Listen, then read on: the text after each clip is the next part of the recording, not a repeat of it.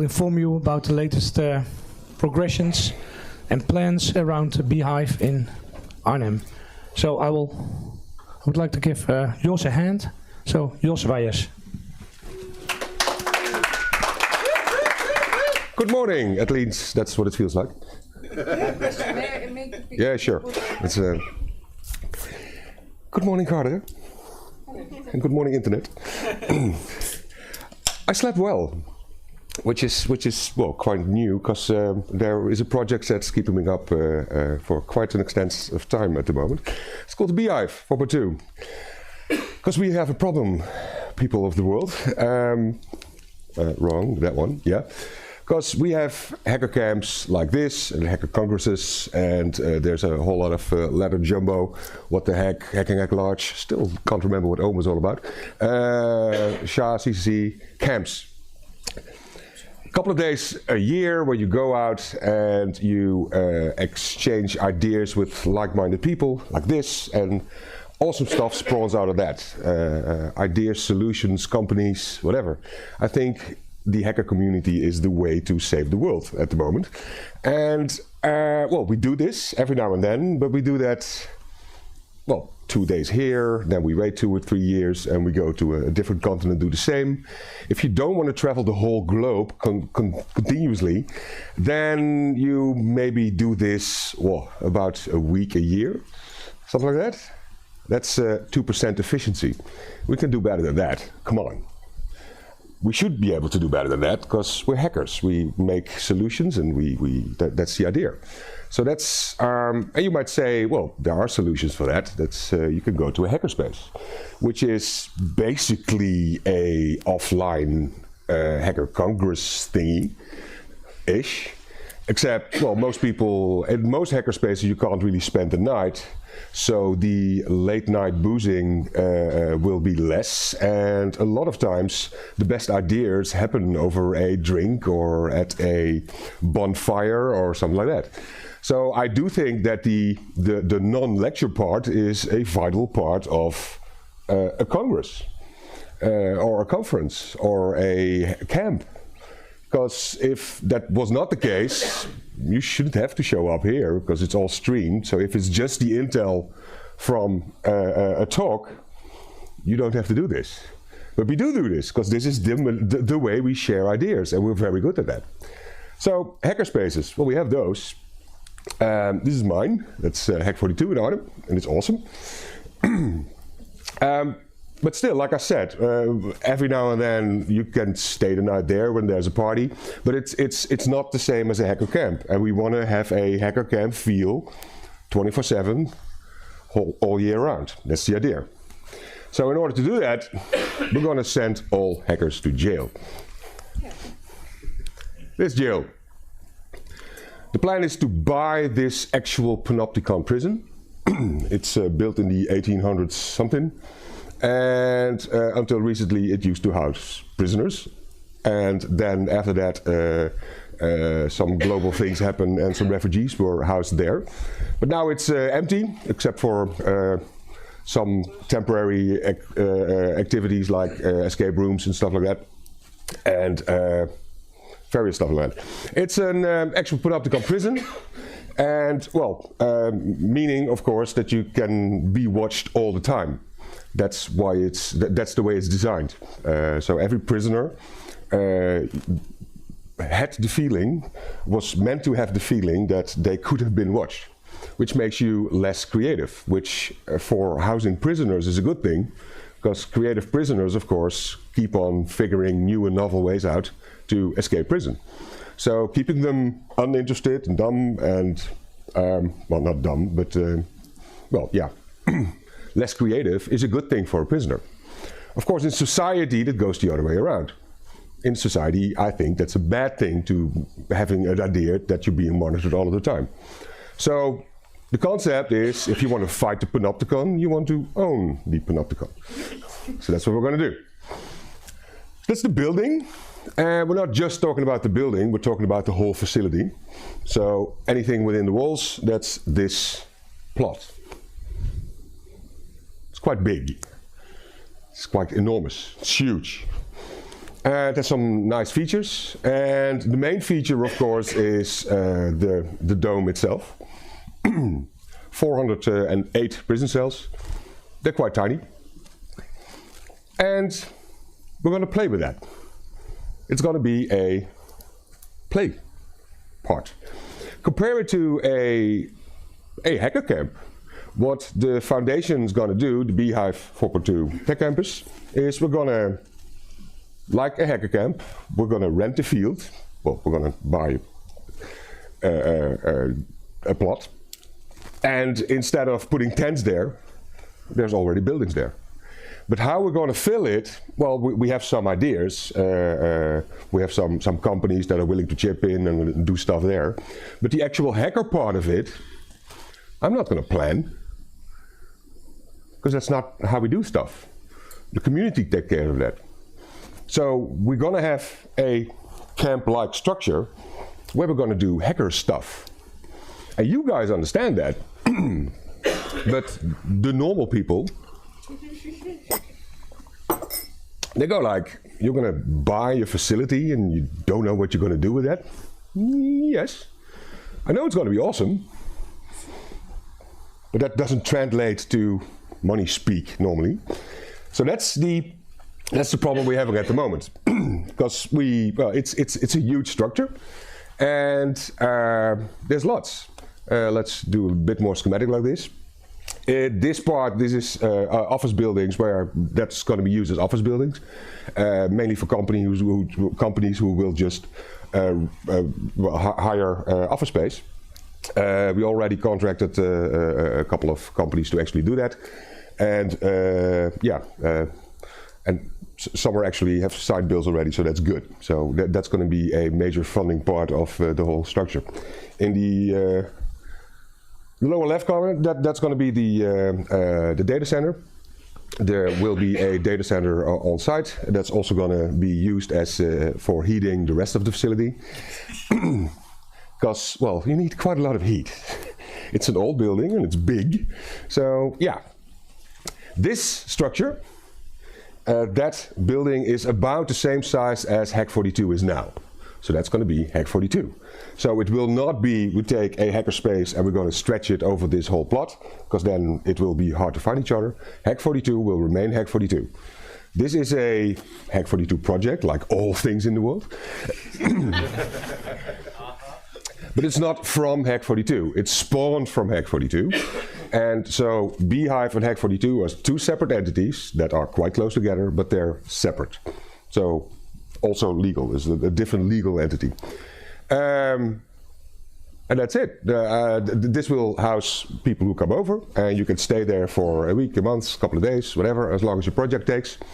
And up here there will be a bit bigger apartments for if we have speakers that are not in the normal, that are not used to be in a cell size-wise. Then you can house a bit more luxurious, and of course then prices will go up. But the main part, the dome, which is quite huge and open, I don't know what to do with this, and I'm fine with that. I mean, I know what to do with the cells. I'm going to house hackers and people coming over, but I don't know what to do with the space inside. It's big enough to house the White House, literally, that fits, according to Wikipedia. And you can also put two blue wheels back to back, that fits. And you could even walk around it. For scale, elephant. There's a human? Oh, there's a human. There's a human as well, yeah. Divers, yeah. Height-wise, you could put a space shuttle on his tail and then it just doesn't fit, but almost. It's just, yeah, you take the tip off and then it actually works. Well, I've said we a couple of times. We is this bunch of guys. So some of these guys are from the hacker community. Other people know how to play with buildings, design them, buy them, do stuff like that. So this is the group that's actually doing for it. And well, we're basically all hackers. But some people hack with buildings and structures and whatever, and we hack the other way. So that's what we're going to do. And of course, well, we can't do this with just the 5 of us, so we need some adult supervision. For that, we have a advisory board, which at the moment is Bart Jacobs, information security, computer information professor from Nijmegen. Ancilla van der Leest, former Pirate Party frontwoman. Jaya Baloo, the Chief Information Officer from KPN the Netherlands. We have Peter Millenaar. You probably never heard of this guy because he moves in different, how do you call it, in different circles. But he is very proficient in opening doors that were normally closed funding-wise, so that's a good one. And our newest member, this is quite new because he doesn't know it yet. We of course talked about it, but yeah, the board has decided that you would be an excellent addition to this group. Assen Oostenburg.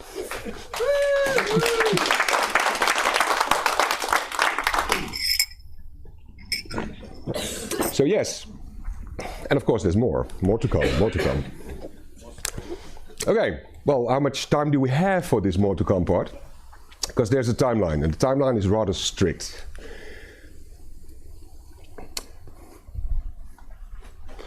We are here. We have 25 days left to place a bid. 25. The bid means it's bid or vision. Because the way this works, it's a public bid, so people can bid, but you only can bid once. So you just state your amount and state your plan. What then will happen that the municipality will look at the plans and they can say yes or no. We do not think this plan has any chance, then it's a no. And yes, we do think it has a chance, that's a yes. So it's not a popularity contest. I mean, if there's 3 plans, and we're of course are the best ever, and there's a okay plan and there's a shit plan, then the shit plan goes off. But then the 2 other ones, it's not like we like this the best. No, those two are winners, and then they just look at the bid, the price that they are willing to pay. So yes, we need an awesome plan, but we also need a quite big bundle of cash. And we're working on that, and we think we're working on that quite proficiently, but there's always the need for more. Because of course I have no idea how big the bid is from the other party, from the other parties, and we need to outbid them. So it's not just a play of getting your influence and getting your ideas across. Those are definitely important, but at the moment we need to do that in order to get funding. And well, how to do that? People need to know what you're doing, of course. So we did organize a couple of lectures. Bill Binney gave one, Mitch Oldman. We did information sessions with local police and the people living in the neighborhood. So to teach them how to work your laptop and your IT stuff on the internet. So giving OPSEC sessions to normal people, and also, well, that's of course quite good to show your potential neighbors that it's not that scary to have hackers as neighbors, because, well, that's what we're going to do, so we need that. And we also did some sessions for young girls to basically teach them some digital self-defense online, so fend off stalkers and stuff like that. Because that gives you social capital, and of course social capitals don't pay the bill, but but with social capital you can, you still can make things happen. And one of our partners, well, one of our core group members also did a project in Utrecht, and there they actually got a social involvement award. The idea is that money will stay within the community and the neighborhood. Those are our goals. So if we need bread for a bakery, and suppose we don't do that on site, that will not be sourced from the other side of the country, but that will be done locally. So, and we try to, if we need to employ people, we'll try to also source those locally. So the neighborhood will have people in there that actually work at our facility. So you get a mix match. So that's better for the environment, and it's better for working relations, and I think it's better for the world. And well, and of course it gives us excellent feedback of the municipality, and that's good. But at the moment we need cash, and well, we did start a fundraiser and that didn't take off the way we thought, but that was a good thing, even if it didn't raise, well, it's still running, even if it doesn't raise a bundle of cash. But it does create awareness of what we're doing, and even if you pitch in a couple of euros, it still shows a number, and that number is well, of course, the money amount, but also the amount of people that do that. So if there's a gazillion of people all pitching in €1, that would be awesome, because that gives you the idea that we're doing stuff that's actually worthwhile. We do have a website, which if our web genius commits at the correct time, then that should be changed. So we have a different website now, and the biggest difference in the website is that we now have a button that says Nu huur. Is that so? Yeah. Ooh. What you do within your cell is totally your own. Sorry? Yes, it is. There are definitely are doors. So yes, you can rent a cell, room, office. So what you can do is rent a cell. And like I said in earlier presentations, that if you can't afford it, then we'll make up another way to do it. So with social capital, that does pay some of the bills. So if we think if you're a good addition to the community, then your price will go down, and the other way around. If you just look at us as a cheap office space, prices will go up. And that's the way we're going to do stuff. And well, like I said, a couple of companies already placed a bid on quite a number of square meters, so that's a good thing. This is a quite short presentation, because I do think there will be a ton of questions. Questions? Do you have an example question? 5. Thoughts, ideas, questions? Oh, we're technical. I can go like this. Don't throw this as You be my microphone man. This won't be the cube, so don't throw it, please. As I understood from before, then that will be possibility from the hackers all over the world to come and to stay there. That's the idea. And will it be free, or you need to pay something, or you have some idea how? Well, the facility needs to be paid, of course, at some point. So if you're a hacker from Brazil that can't afford it, but we think you're doing a great job for the community, then you can't pay for it. So we're not going to make you pay for it, or pay for it whatever you can afford there. I mean, we will give you housing and feed you. So yeah, quite good, isn't it? We found some footage online, because when this was made, we looked at the timestamp. It was still an actual functioning jail, and you're not allowed to make pictures from jail. So so in the upper left corner, that's definitely not my car. So you find stuff online.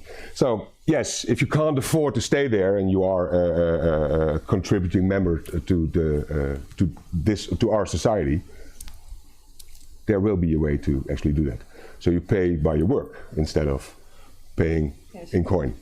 And will you make some organization also for the schools? You know, in Arnhem is also one really good, a nice school, RSC. Yes. And I think they will be willing to work with you. Will you make some session Absolutely. for the children, or? things like that. The facility is huge, so we can do a lot of stuff. And yes, having teaming up with universities and schools, and definitely local schools, that's definitely in the pipeline. But like I said, bulk of what we're going to do there, I'm not going to plan. The community will do that. But yes, we're already talking with schools and stuff, because that's going to happen as a definite. But other plans will come up. So even if we haven't thought about that idea, and you come at some point, you come up and you go, let's do this. Like any regular hackerspace, as it functions now, it's like, yeah, if members or people come up with great ideas, those will be incorporated in the plan. So we can call everyone in the world, not just in Holland, to help us and all help community to buy that, and that everyone, all the parts of the world can have benefits from that. Yes. Now I will send that message to the world. And within the next 25 days, that's because there is a timeline that we're that's the scary part. Other questions for Jos? There was a question over there, I think. Yes.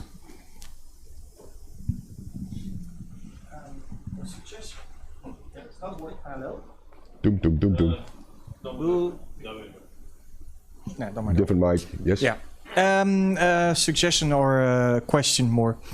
Would it be possible to have a lifelong rent of a cell? As in for example, have another hackerspace go like, as long as our hackerspaces exists, cell 23B is ours.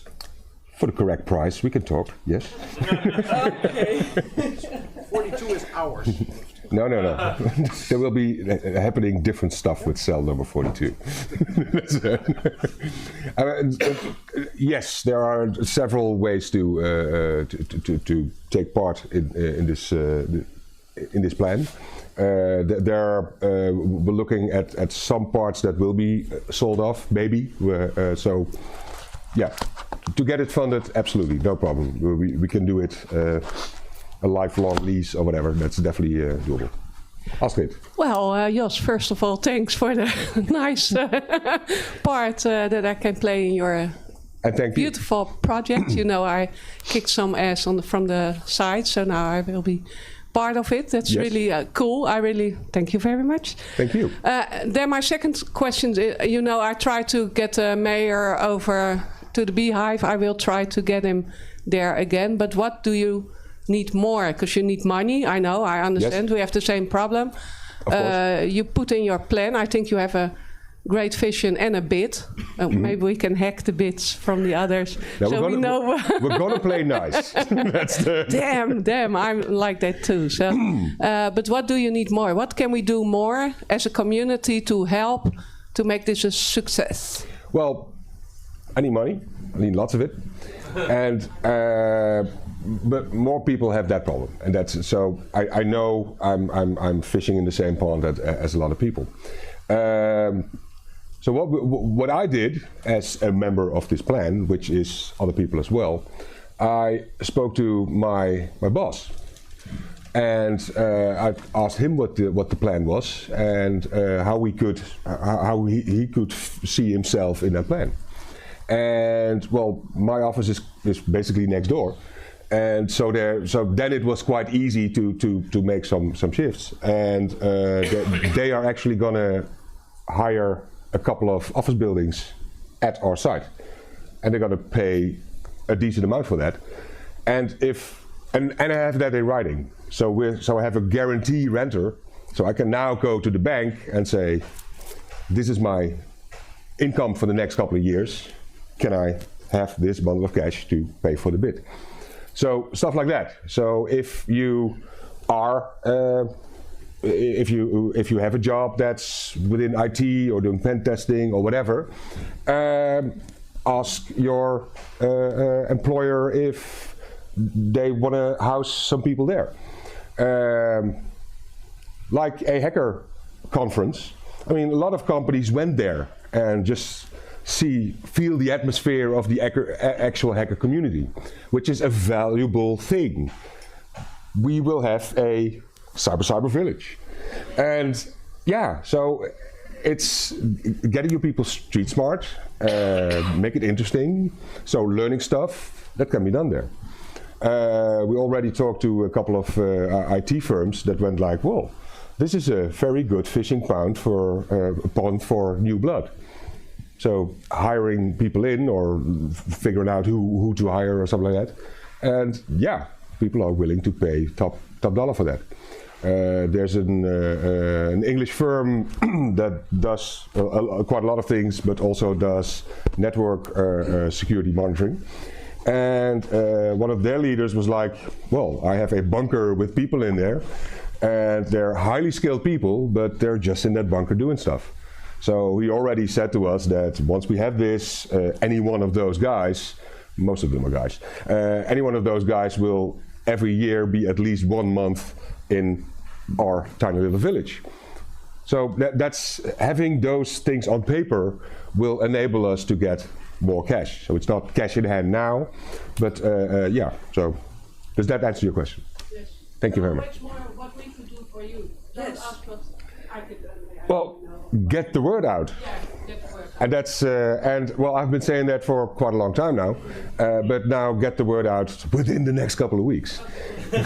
We'll do. We all do. And get stuff in writing, so it's not just a good idea. Yes? Yes. Can we paint it cyber yellow? What you do within your cell, I'm pretty sure you could do stuff. Now the complete. No. No, that's it. There ain't so much yellow paint.